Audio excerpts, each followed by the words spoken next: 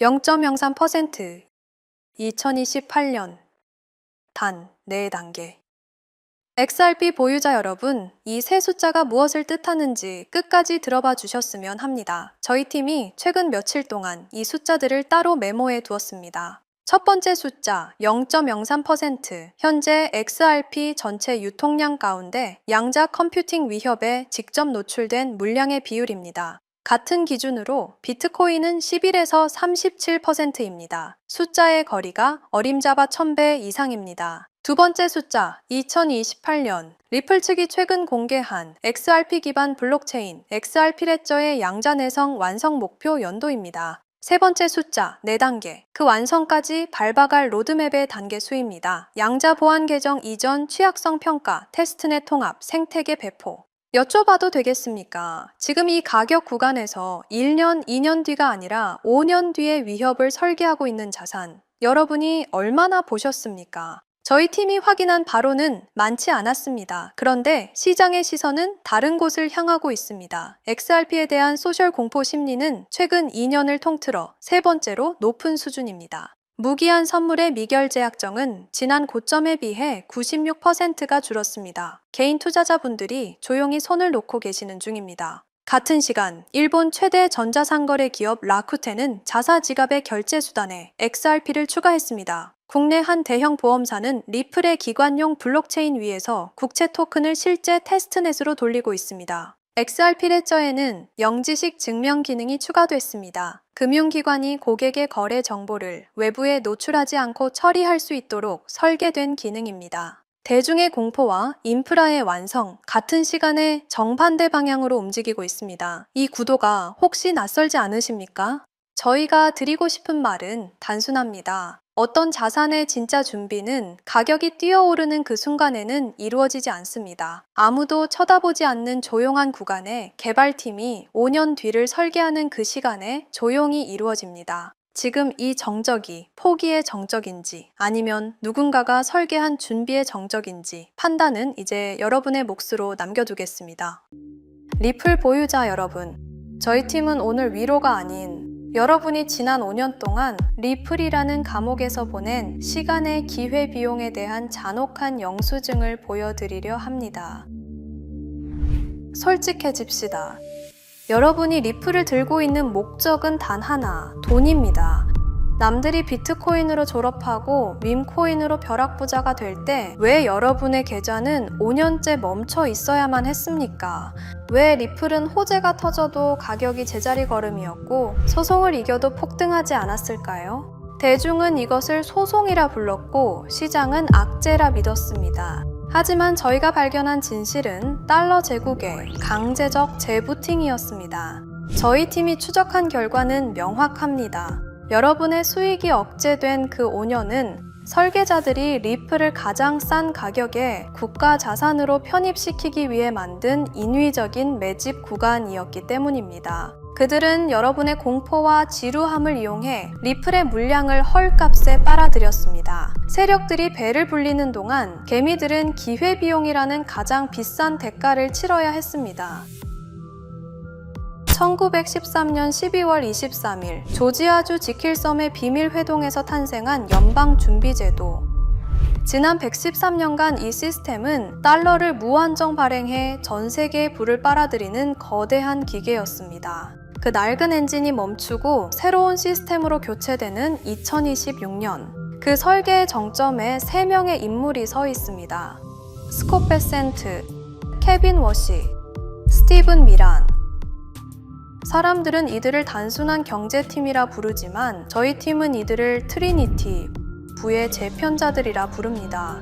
이들이 하려는 건 고작 금리 몇 % 내리는 게 아닙니다. 미국의 36조 달러라는 천문학적인 부채를 디지털 용광로에 던져버리고 그 잿더미 위에서 리플이라는 단 하나의 혈관을 통해 부를 강제로 재분배하는 것입니다. 여러분이 5년간 견딘 그 고통스러운 박탈감이 어떻게 압도적인 수익으로 치환되는지 그 설계도의 첫 번째 페이지를 공개하려고 합니다. 2026년 2월 3일 케빈 워시의 연준 의장 지명 소식이 전 세계 전산망에 타전되자마자 금, 은, 그리고 코스피를 포함한 모든 시장이 일제히 비명을 지른 이유를 아십니까? 시장은 이미 본능적으로 직감한 겁니다. 이들이 하려는 건 고작 금리 몇 %를 내리는 게 아니라 기존 달러 시스템에 계획된 안락사라는 것을 말입니다. 이들의 임무는 단순히 빚을 갚는 게 아닙니다. 36조 달러라는 미국의 천문학적인 부채를 디지털 용광로에 녹여버리고 새로운 제국의 주춧돌을 놓는 것입니다. 그리고 그 설계도의 심장부에 지난 5년간 철저히 격리되어 가장 순수한 결정체로 단련된 리플이 박혀 있습니다. 뉴스에서는 절대로 접할 수 없는 이야기들, 지금 바로 시작해 보겠습니다. 첫 번째 설계자, 재무장관 스콧 베센트. 그를 단순히 월가 출신 관료로 본다면 당신은 이 판의 본질을 놓치고 있는 겁니다. 1992년 9월 16일, 검은 수요일, 조지 소로스의 오른팔이었던 젊은 베센트는 영국 파운드화가 유럽 환율 메커니즘이라는 낡은 틀에 갇혀있다는 치명적인 약점을 간파했습니다. 그는 중앙은행이 시장의 유동성을 이길 수 없다는 것을 증명하며 영국 은행을 파산시켰습니다. 이 시스템 파괴자가 34년이 지난 지금 미국의 재무장관으로서 지니어스 액트를 가동하고 있습니다. 공식 명칭은 정부 효율성 및 국가 인프라 유틸리티 전략. 그러나 그 이면에 숨겨진 실체는 미국 부채의 알고리즘 청산 프로토콜입니다. 저희 팀이 입수한 정보에 따르면 2025년 3월 플로리다 마러라고에서 베센트와 리플 CEO 브래드 갈링하우스의 비공개 회동이 있었습니다. 베센트가 갈링하우스를 호출한 이유는 명확했습니다. 미국 국채의 즉각적인 유동화를 위한 기술적 확신이 필요했기 때문입니다. 당시 미국은 부채 한도 협상이 결렬되며 국채 수익률이 폭등하고 달러의 신뢰가 붕괴하기 직전이었습니다. 베센트는 갈링하우스에게 물었습니다. 전 세계에 흩어진 36조 달러의 부채를 3초 만에 이동시키고 결제할 수 있는 시스템이 준비되었는가? 갈링하우스는 리플의 실시간 총액 결제 시스템과 이미 전 세계 300개 이상의 금융기관과 연결된 글로벌 배관망의 데이터를 제시했습니다. 이것이 클래리티 법안을 통해 리플에 전 세계 유일의 법적 면죄부를 부여한 결정적 계기였습니다. 베센트가 설계한 국채 토큰화의 핵심은 RWA 기술입니다.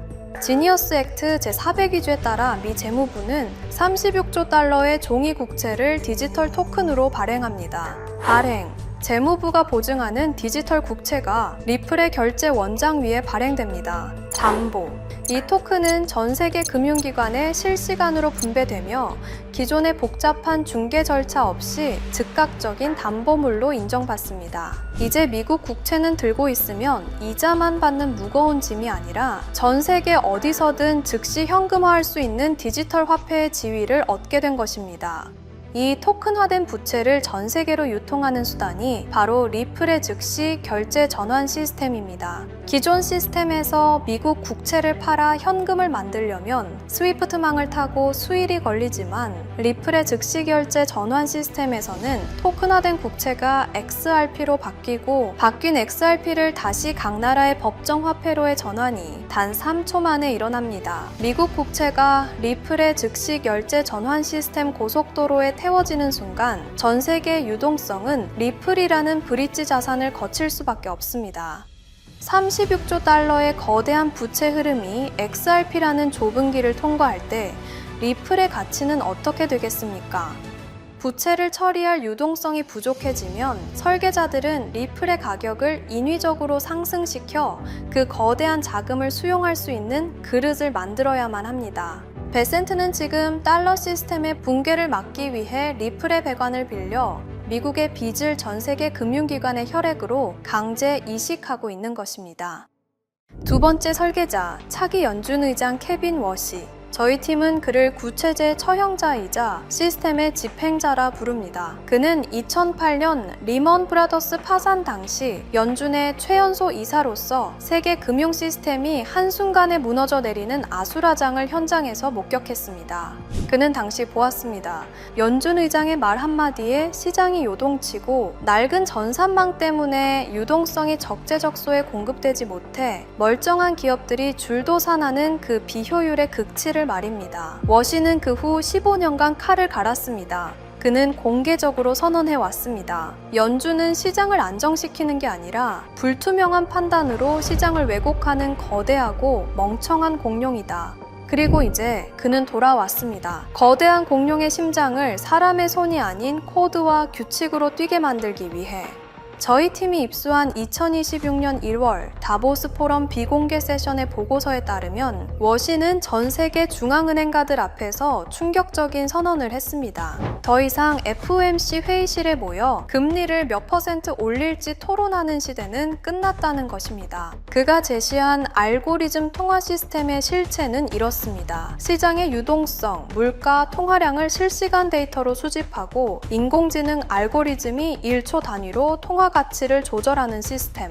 이 미친 듯한 속도를 감당할 수 있는 유일한 하드웨어가 바로 리플의 RTGS, 실시간 총액 결제 엔진입니다. 인간의 판단이 개입될 틈을 주지 않고 자산의 이동과 결제가 동시에 일어나는 이 엔진은 연준의 새로운 심장이 될 것입니다. 지난 2026년 2월 2일 리플이 유럽연합으로부터 공식 결제 라이선스를 획득했다는 뉴스는 단순한 사업 확장이 아닙니다. 이것은 케빈 워시가 구상하는 글로벌 통합 디지털 배관이 완성되었음을 알리는 신호탄입니다. 워시의 계획은 미국만의 시스템이 아닙니다. 달러를 사용하는 전 세계 모든 국가의 은행들을 하나의 리플 네트워크로 묶어버리는 것입니다. 유럽의 라이선스 획득은 대서양을 잇는 유동성의 고속도로가 개통되었음을 의미하며 이제 전 세계 모든 달러의 흐름은 워시가 통제하는 리플의 배관 위에서만 움직이게 될 것입니다. 케빈 워시에게 리플은 가격이 오르고 내리는 투자용 코인이 아닙니다. 그것은 낡고 녹슨 달러 시스템을 대체할 가장 완벽한 디지털 배관 그 자체입니다. 워시는 비트코인을 가치 저장 수단인 디지털 금으로 인정하면서도 실제 세상의 모든 돈이 흐르는 혈관으로는 오직 리플만을 지목했습니다. 기존 시스템에서는 돈이 이동하는 데 수일이 걸리지만 워시의 알고리즘 연준에서는 리플의 브릿지 기술을 통해 전 세계 자본이 실시간으로 흐릅니다. 36조 달러의 국채 유동성을 실시간으로 처리해야 하는 연준에게 초당 수천 건의 거래를 완결성 있게 처리하는 리플레저는 선택이 아닌 생존입니다. 워시는 지금 연준의 이름으로 리플이라는 거대한 기계 심장을 가동해 대중이 알지도 못하는 사이에 부의 이동 통로를 완전히 재편하고 있습니다. 세 번째 설계자, 트럼프의 그림자 책사이자 연준이사 스티븐 미란. 저희 팀은 그가 작성한 극비 메모이자 2026년 금융재편의 근간인 마러라고 합의의 전문을 입수하여 그 잔혹한 논리를 해독했습니다. 미란은 하버드 출신의 경제학자이자 헤지펀드 분석가였던 자신의 과거를 이 설계도에 녹여냈습니다. 그의 통찰은 차갑습니다. 미국이 비싼 기름을 태워 항공모함을 띄우고 세계 경찰 노릇을 하며 달러 패권을 구걸하던 시대는 끝났다. 이제는 전 세계 금융 결제망의 주인, 즉 디지털 톨게이트 사장으로 군림해야 한다. 1985년 플라자 합의가 일본 엔화의 가치를 강제로 올려 미국의 무역 적자를 해결했다면 2026년 미란이 주도하는 마러라고 합의는 달러의 의도적인 약세와 디지털 전환을 목표로 합니다. 미란은 미국의 36조 달러 부채가 달러의 기득권 때문에 발생한 독이 든 성배라고 진단했습니다. 전 세계가 달러를 원하기 때문에 미국은 계속해서 빚을 찍어낼 수밖에 없었다는 논리입니다. 그는 이 굴레를 끊기 위해 달러의 지위를 종이 화폐에서 디지털 기반 시스템으로 강제 이식하고 있습니다. 이 과정에서 미국은 동맹국들에게 안보 대신 금융 인프라 이용료를 요구하기 시작했습니다. 미란이 제안한 가장 충격적인 전략은 부채 전이입니다. 그는 미국이 보유한 막대한 금을 현재의 폭등한 시세로 재평가하거나 일부 매각하여 그 자본으로 디지털 자산 인프라를 선점하라고 트럼프에게 직언했습니다. 그 인프라의 핵심 징수원이 바로 리플입니다. 미란은 과거 논문에서 외국 정부가 미국 국채를 보유할 때 일종의 사용자 수수료를 부과해야 한다고 주장한 바 있습니다. 이제 그 수수료는 리플 네트워크 위에서 현실화됩니다. 여러분이 전 세계 어디서든 은행 송금을 할 때 그 저변에서 리플이 브릿지 역할을 수행하며 발생하는 미세한 수수료들, 그 거대한 유동성의 흐름은 미란이 설계한 파이프라인을 따라 미국 재무부의 실시간 수익으로 직결됩니다. 2025년 말 정식 출시되어 현재 전 세계 주요 거래소와 은행망에 깔린 리플의 스테이블 코인 RLUSD는 이 디지털 통행세를 징수하기 위해 현장에 투입된 첫 번째 관리입니다. 미라는 불투명한 테더를 제거하고 미 재무부의 통제권 아래 있는 RLUSD를 전 세계 결제 표준으로 밀어붙이고 있습니다. 전 세계 모든 기업과 개인이 RLUSD로 결제하고 리플로 전송할 때마다 미국은 전 세계 모든 금융 거래에 대해 소수점 단위의 통행세를 징수합니다.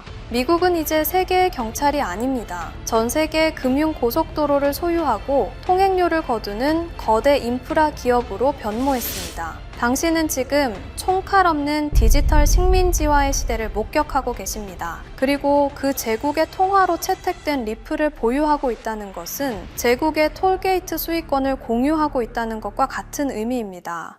이 모든 거대한 설계에도 최후의 걸림돌은 있었습니다. 바로 기존 달러 시스템의 낡은 배관을 장악하고 수조 달러의 수수료를 챙기며 배를 불려온 월가의 구세력들입니다. 이들은 변화를 원하지 않습니다. 기득권을 내려놓느니 시스템과 함께 침몰하는 것을 택할 자들이죠. 이들을 도살하기 위해 돌아온 네 번째 인물, 저희가 제국의 청소부라 부르는 제이 클레이튼 뉴욕 남부지검장입니다. 2020년 12월 22일 임기 종료 불과 12시간을 남기고 리플을 기소하며 시장을 지옥으로 몰아넣었던 제이 클레이튼. 사람들은 그를 리플의 주적으로 기억합니다. 하지만 2026년 오늘 그는 트럼프의 부름을 받고 미국 금융의 심장부인 뉴욕 남부지검의 수장으로 귀환했습니다. 이것은 역설이 아닙니다. 클레이튼은 리플을 죽이려 했던 게 아니라 미국 정부가 리플을 완전히 장악할 때까지 격리시키고 그 과정에서 월가의 반란 분자들을 가려내는 덫을 놓았던 것입니다. 이제 그는 자신이 쳐놓은 덫에 걸린 짐승들을 처리하기 위해 저승사자의 낫을 들고 돌아왔습니다.